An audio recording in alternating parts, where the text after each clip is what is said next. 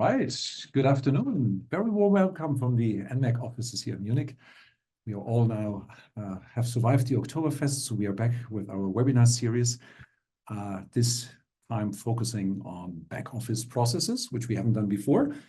That fits nicely into the large mission of enmacc to digitize OTC energy trading.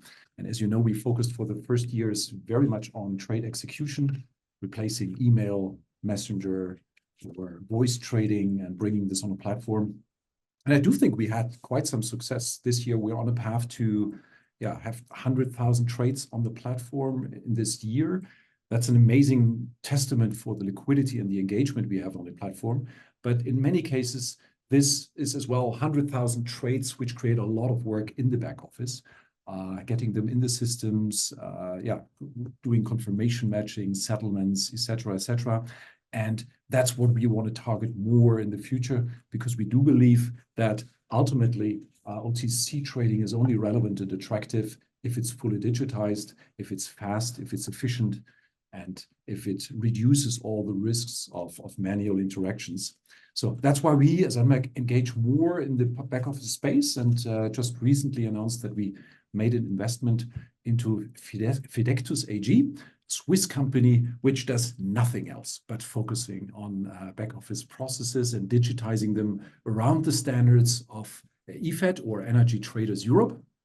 And therefore, there couldn't be a better guest to help us getting an overview of the challenges and the solutions in the back office than Jens Bartenschlager. He's founder and CEO of Fidectus.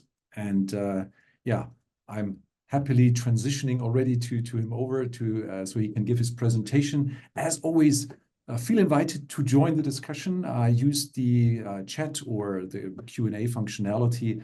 I'm happily picking up the questions you have or the comments and bring them to Jens. So we have a discussion after his already 20-minute presentation and can address your topics where you're interested in, your questions you have on the topic. All right, enough of an introduction. Jens, the floor is yours.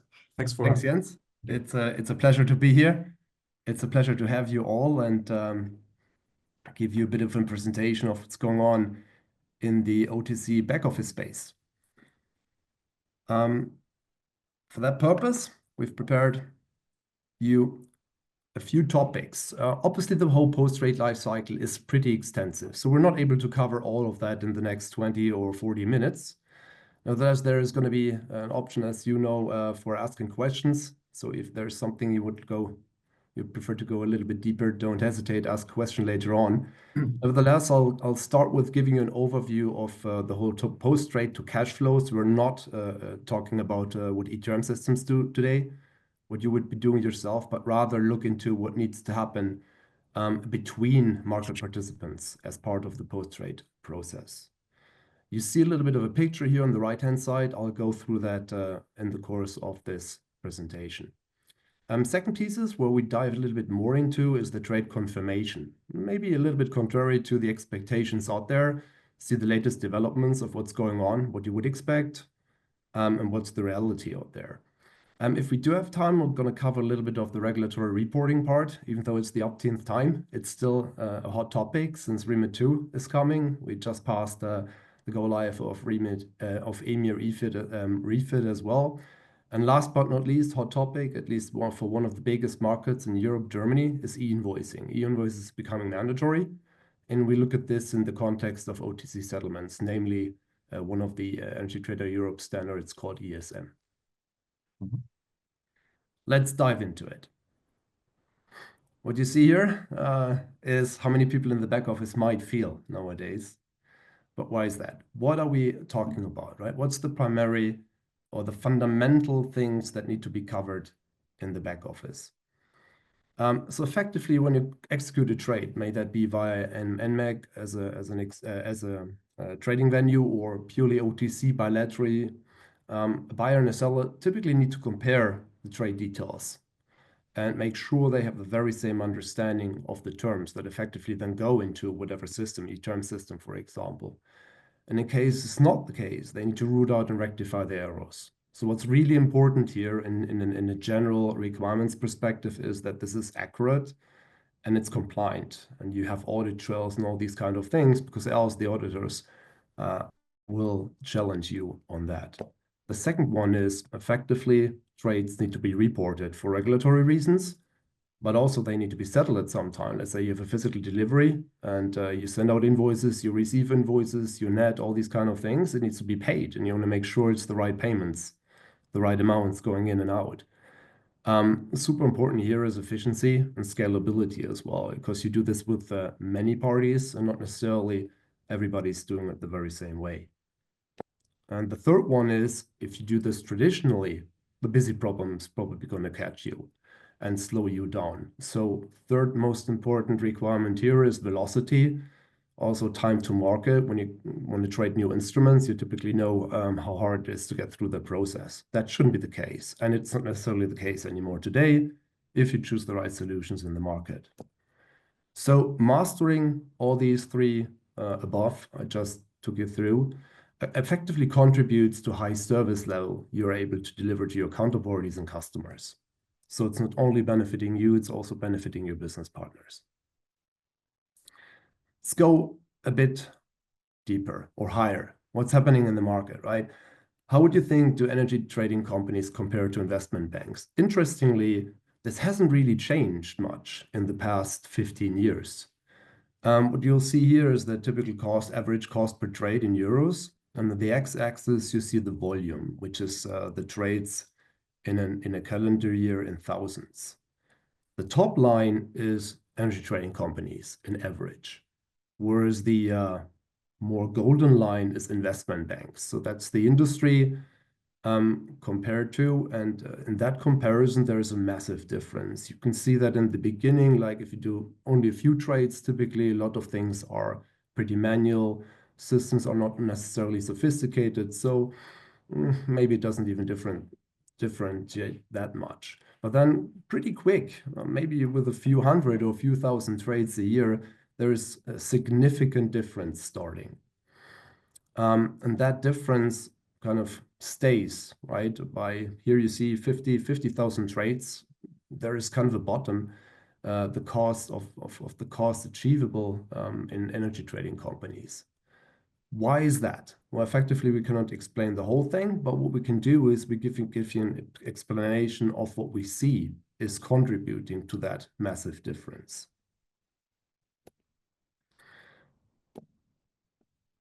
For that, we look into the market, right? So there's two components, two dimensions that are typically of interest, depending on the products, commodities you trade. On the x-axis, you see the market liquidity.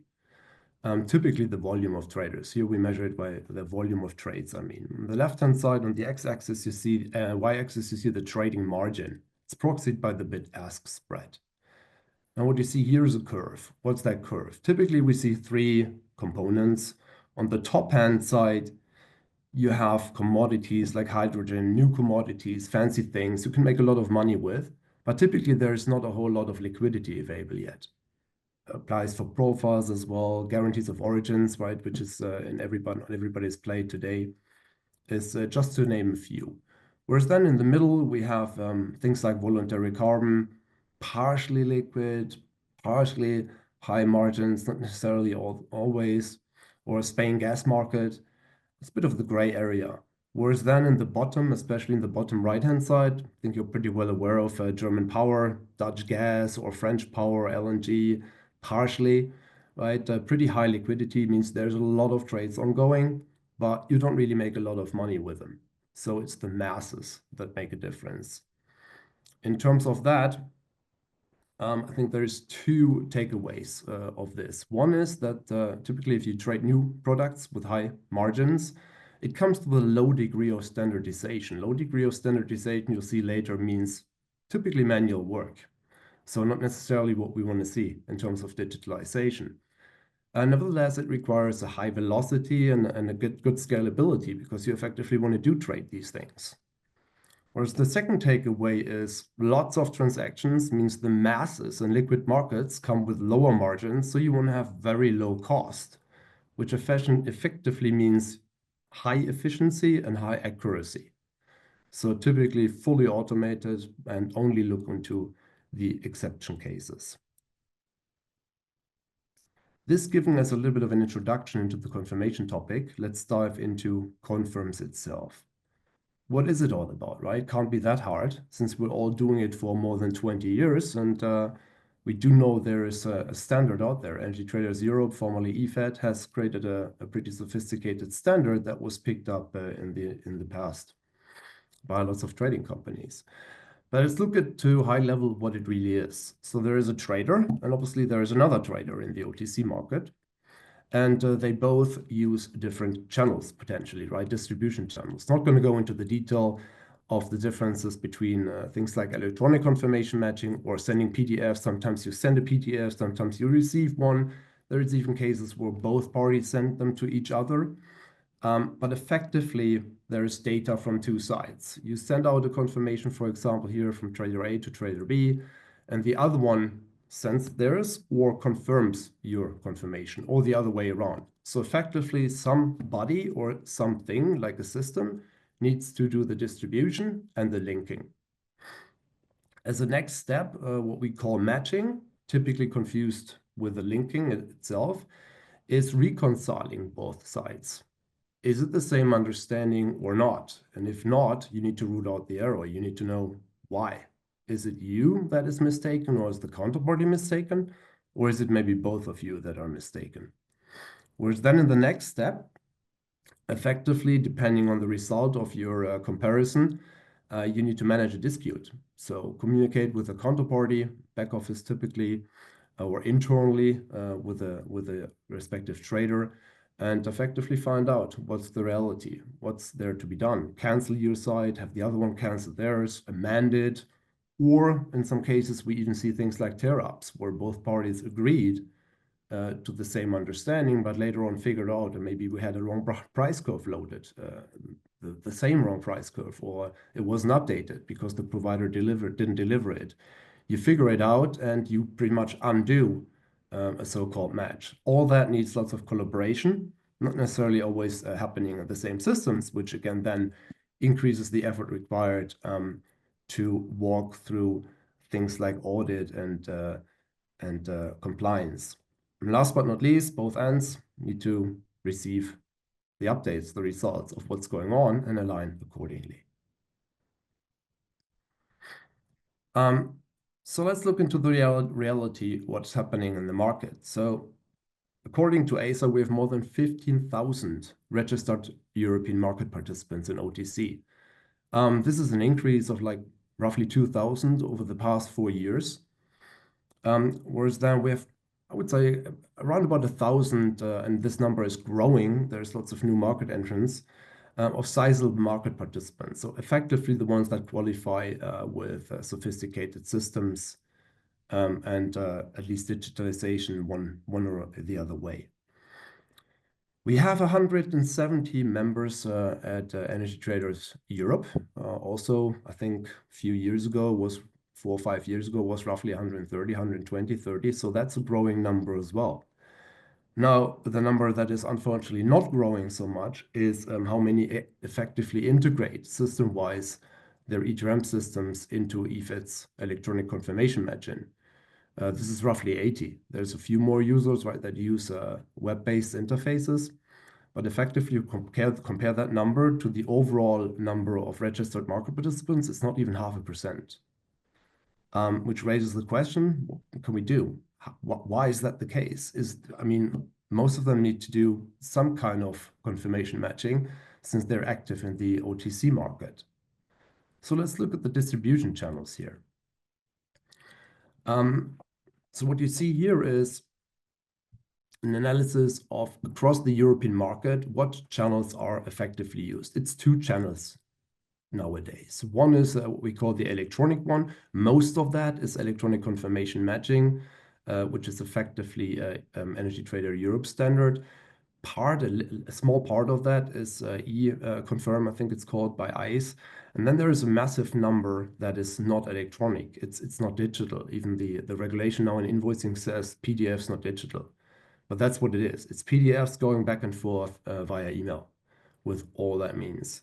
That's a pretty significant number, right? Even after 20 years, you would expect 20 years of ECM, you would expect that number to be much smaller. but it seems like there was a number of hurdles in the place. So people, or are hurdles in the place. So market participants effectively make an informed decision to confirm via PDF and email. So unfortunately, still a widespread reality in the OTC market, which I personally didn't expect 20 years ago to be the case in the mid-20s of the year 2000. And anyway, let's look into the overall development, right? And the trend starts here in 2020. And you see it goes to 2024. Obviously, the whole year is not done yet, so a little bit of an estimation here. But we index it at 2020 to be at 100. So there's a slight increase. You see there 128 in 2024. And that's the total number of confirmations we're seeing in the market. Whereas part of that in the past, in 2020, almost 90% of that were still ECM, electronic confirmation matching, and only roughly 14% were PDFs. Well, now, what's happened in the past, and you see in 2024, is a significant change. So electronic confirmation matching went down to 37%, whereas the whole PDF world went up to 63%. The consistency we see there is the numbers we've seen basically in the market also are driven by the broker transactions via Trayport, right? There's less and less transactions happening there. So that might have an impact, not necessarily a scientific explanation here, but gives us a little bit of indication there is something going on, right? And what's going on there clearly shows one picture, and the picture is we're not continuing on the path to further digitize. So, cut long story short, this seems to be a growing problem for OTC energy trading. Now let's look into the two different processes in a little bit more detail. So the traditional one via ECM you see in the bottom here. Typically you have an ETRM system connected. Most of the cases, not all of the cases, the confirmation data is derived by the trades and somewhat goes automatically to a matching platform. The same happens at the counterparty side. So both send their data, it's compared, and the results go back, right? Pretty easy button, you could imagine. So why not stick to that? Well, anyway, that, as we just saw, is decreasing. Whereas the chaos you see here on the upper side is effectively increasing. It's people using Excel, back office, manual reconciling PDFs. To some extent, there is OCR ongoing. We've seen a number of projects where market participants try to apply fancy AI to identify data, but necessarily they didn't necessarily see this being efficient in terms of cost caused by that. And so, cut a long story short, wouldn't it be much better to do this electronically instead of getting PDFs out of system that originally stores data in an electronic structured way, and get your counterparty confronted with that reality and try to do the reverse part of it? Anyway, so seems like the industry is currently not working towards a joint solution, but rather amplifying the growing pain we see there.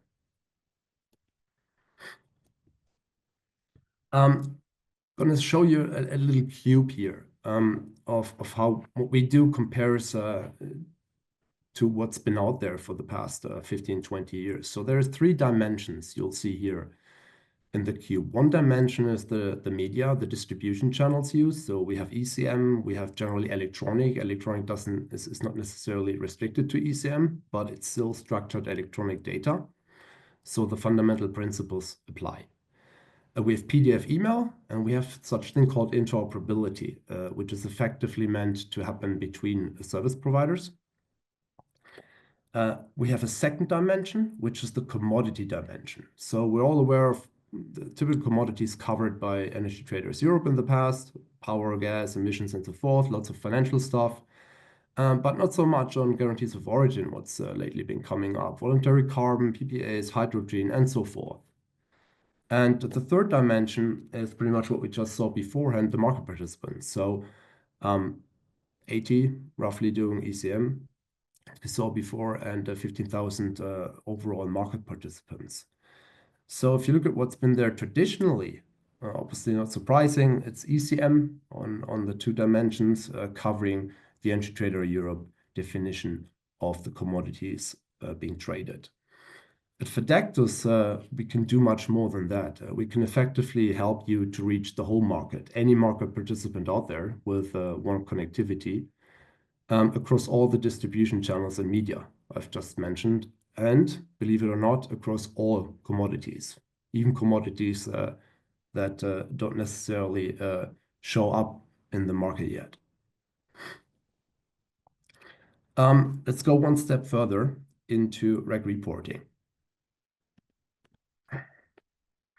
I'm going to briefly touch the topic. It's not super exciting, but an important part here is what we can do there for you as well. It's effectively take your transactions and report them to the typical repositories for EMIT and EMIR. There's lots of features, right? But typically what's important to our clients is there's an easy adoption, high accuracy.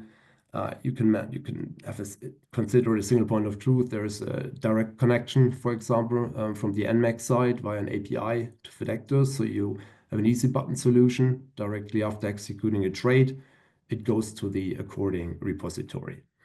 What's more interesting there is on the left-hand side, we can also connect you or get your data from exchanges. So you have it in one place. You have full control in one place. We can get it from brokers. And as just mentioned, we can get it from enmacc. And obviously, the core case stays getting it from your ETRM systems as typical OTC transactions to the platform and then to the repositories. There's lots of synergies to confirmations around the UTI, around the consistency, checks, reconciliation, and so forth. But not going to cover the depth of that in this meeting here today. E-invoicing. That's a pretty exciting topic.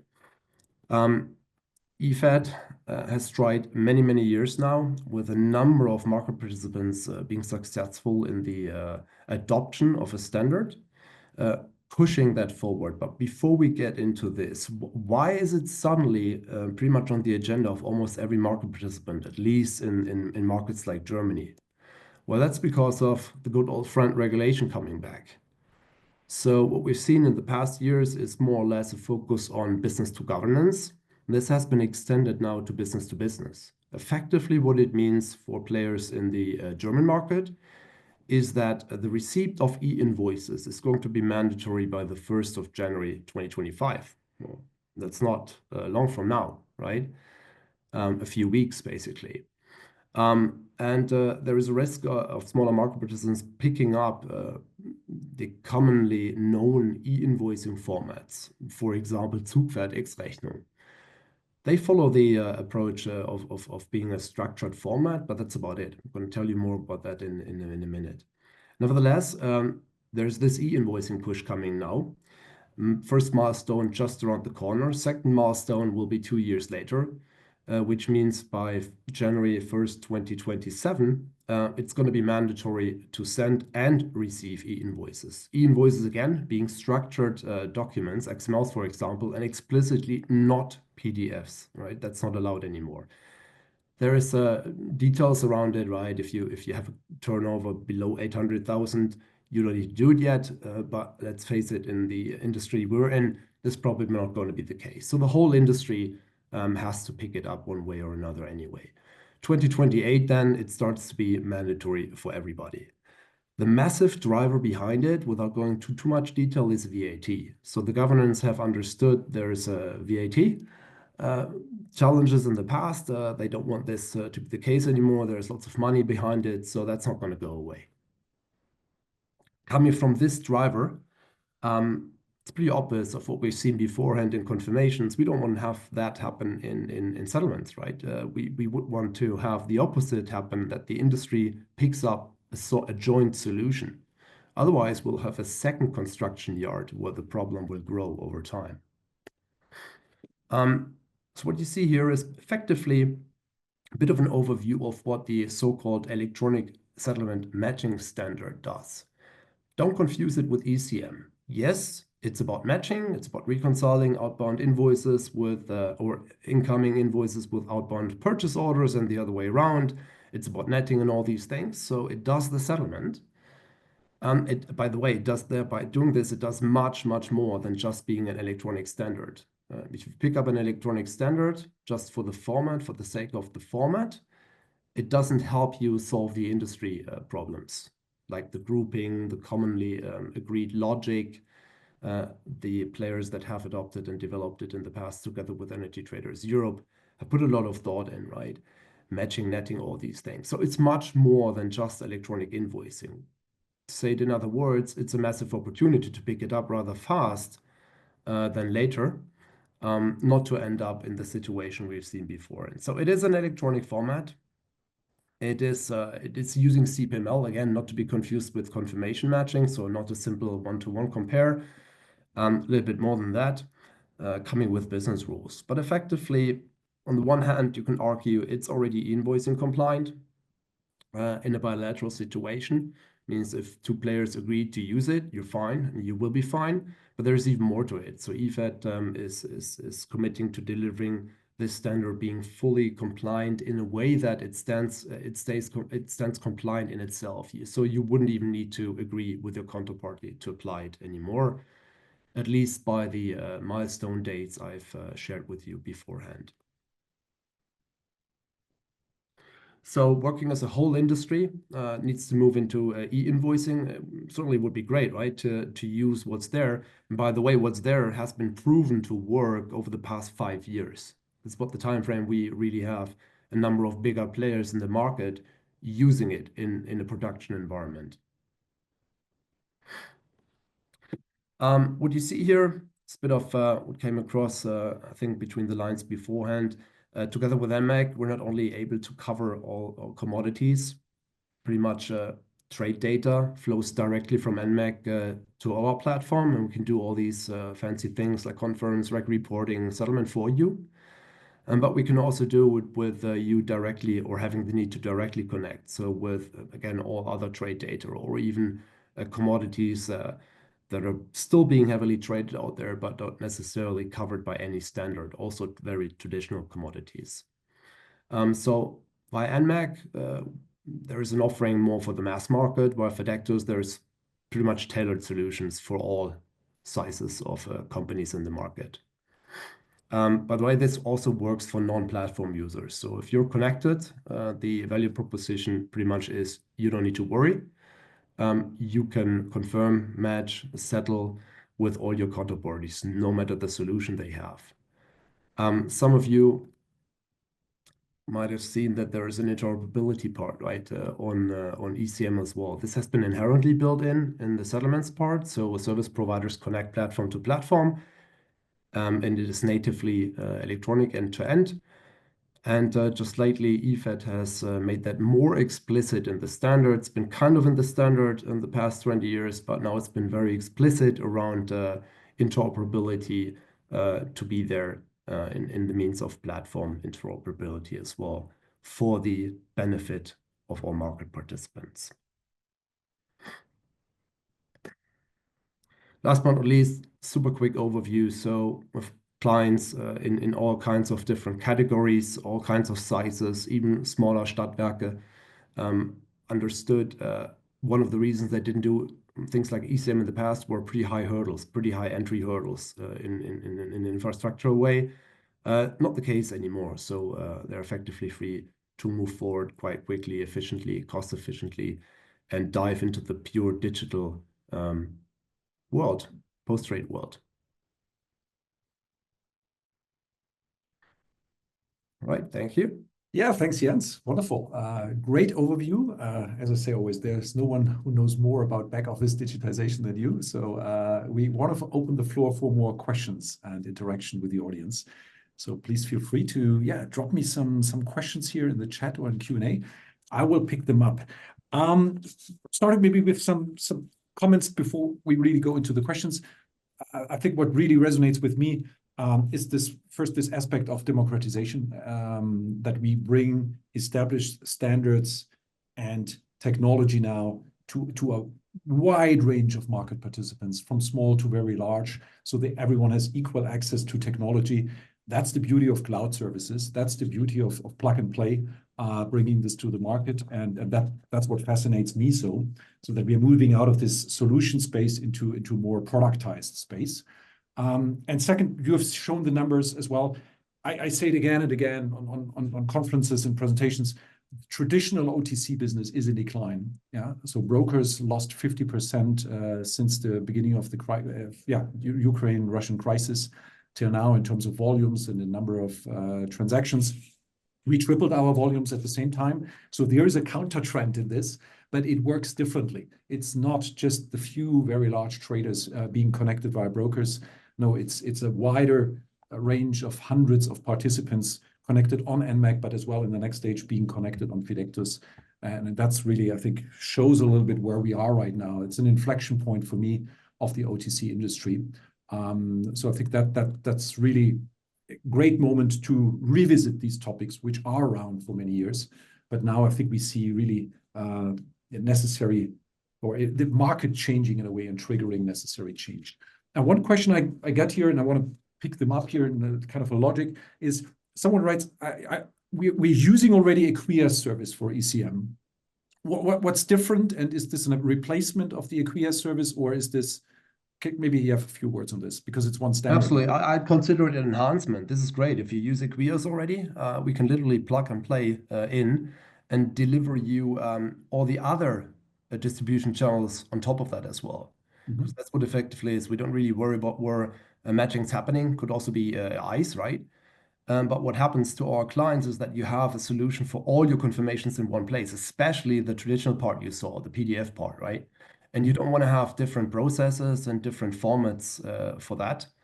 Ideally, it's one unified solution. That's what we do. All right. So you're basically saying you build around the Acquia solution, and you as well bet on this standard of this interoperability of the standard now. Pretty much, yes. So speak it out loud. So there is no interoperability yet. So we simply needed to find ways for our clients to connect to whatever is out there, right? And still be connected to whatever is out there. That's what we do. So it's one of many channels. But the interoperability is coming now. And once interoperability is there, obviously, then things become even easier, right? Because with the direct platform integration, you suddenly have everybody reach everybody else, no matter the service provider they are with. And then you don't need PDFs or complexity around it anymore. Yeah. I got one question more where someone says he's worried about a long-term kind of implementation project. Can you sketch out a little bit how this looks like and why we think this is easy to implement and adopt? Yeah, right. So there's multiple ways to deal with it, right?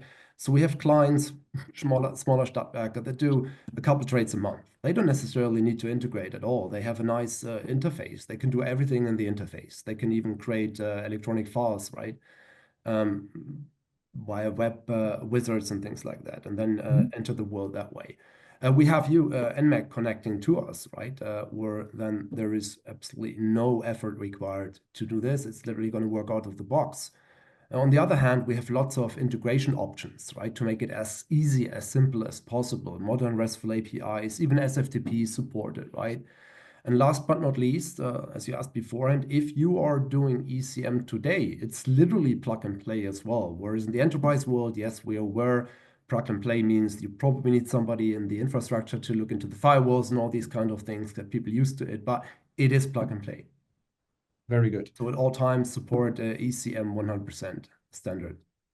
Okay. I want to jump to one more question, which I read because I don't understand it fully. I have to admit that. So it has been mentioned that Fidectus gets data from exchanges. Is there also reconciliation of the daily self-billing invoices? Can you... So we are not getting settlement data from exchanges yet, if that's the question, right? So the data we get on behalf of our clients is more around regulatory reporting, because the desire there was for a number of our clients to have all data in one place. Because in the end, under the regulation, you're accountable, no matter if the delegation, what the delegation goes, and you want to make sure that you're in control of everything that's been reported on your behalf, and that's what we make possible. That's effectively what the connections to exchanges are there for, as of today. Okay, good. Then there's a few questions around e-invoicing. You have shown a little bit the timeline. We have as well guests here from well, not from Germany. So you mentioned specifically the German market driving this, but I assume there's a relevance for the wider European market, no? Absolutely. Including Switzerland, where you're in, yeah? Yeah. So first of all, it's a global topic. So we have multiple countries in the world that have moved to e-invoicing years ago. The Europeans are rather a little bit late, right? But to answer that question directly, it's going to be all of Europe, or effectively all of the European Union, because it's a European Union regulation. You can argue what the satellites do, but just like when we have Energy Trading Week, 2 days before Energy Trading Week, politics in the UK made a statement that they're moving down that path as well.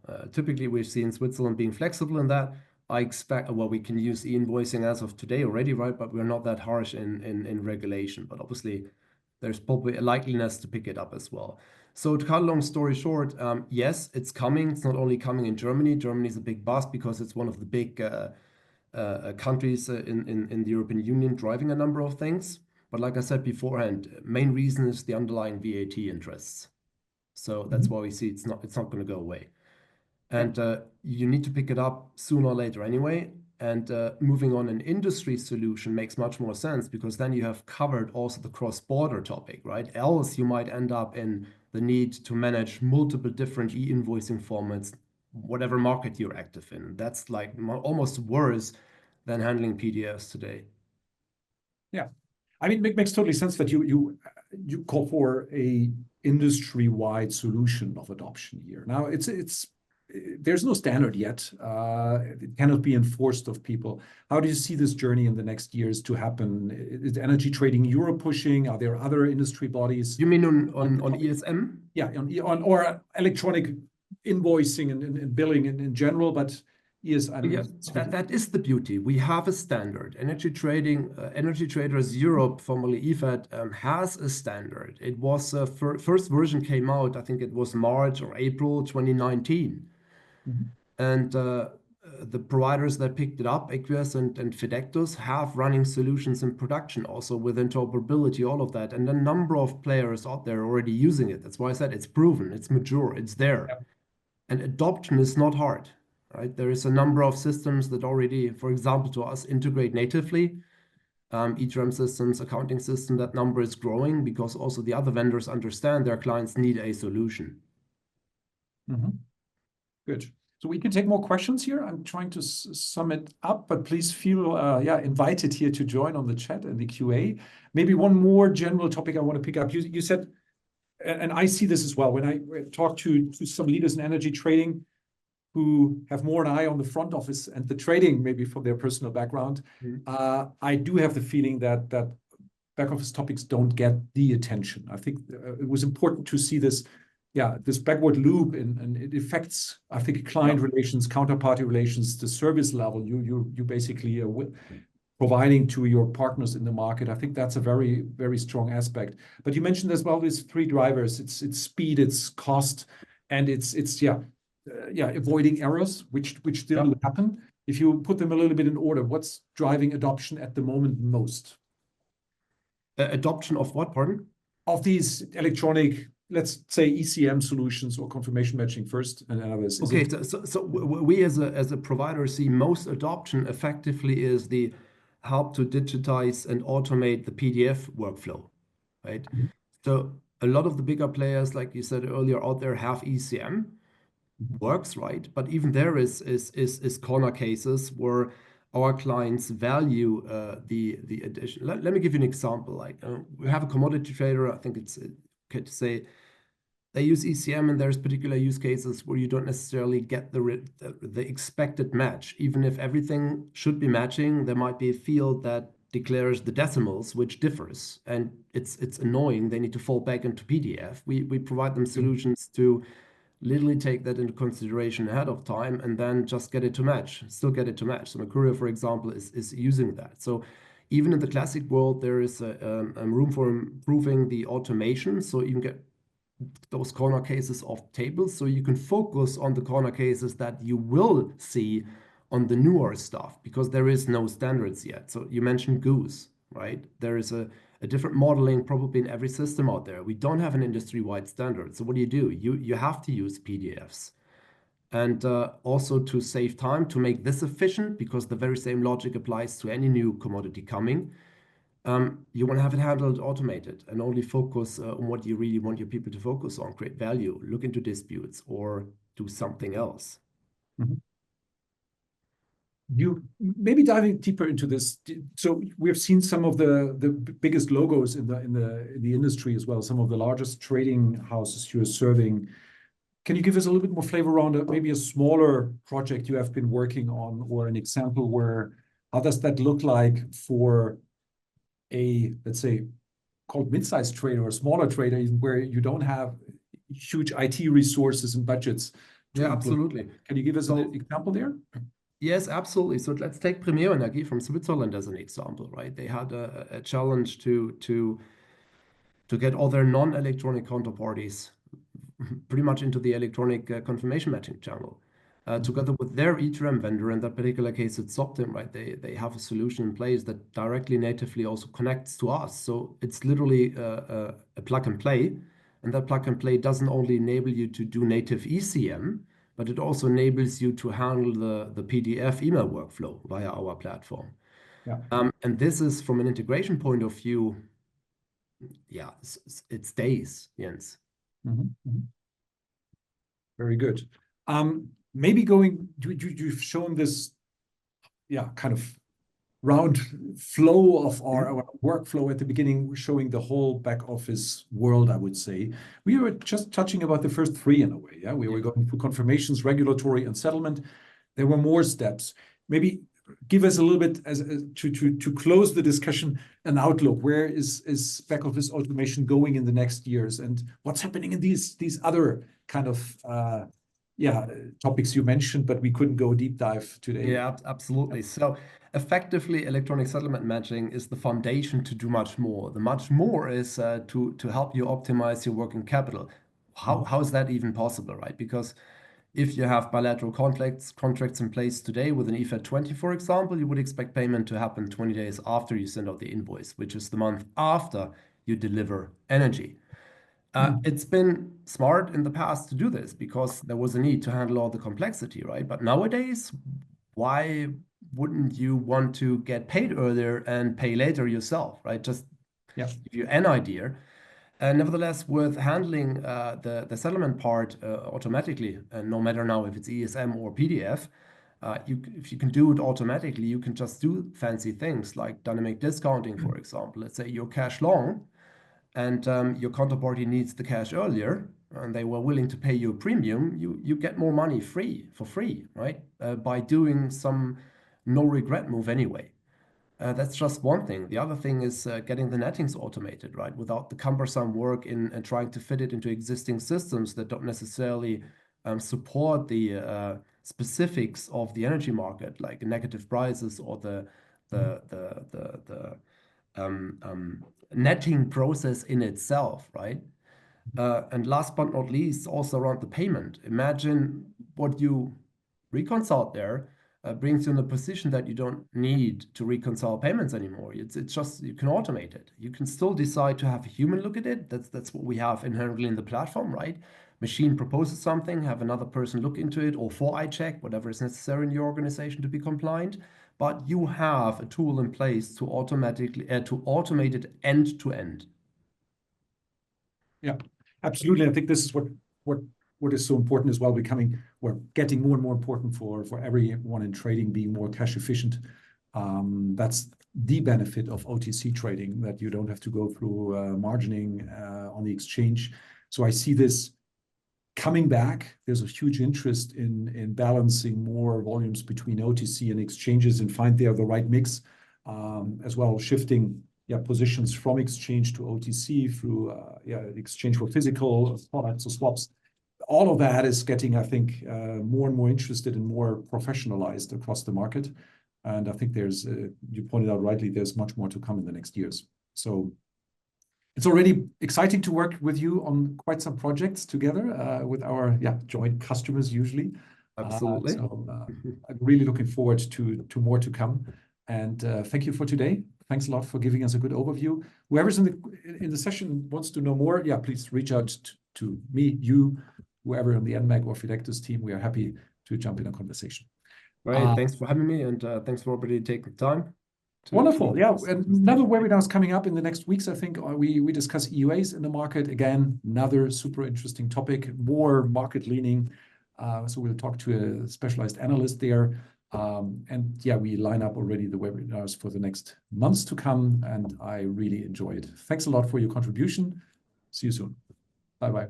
See you. Bye-bye.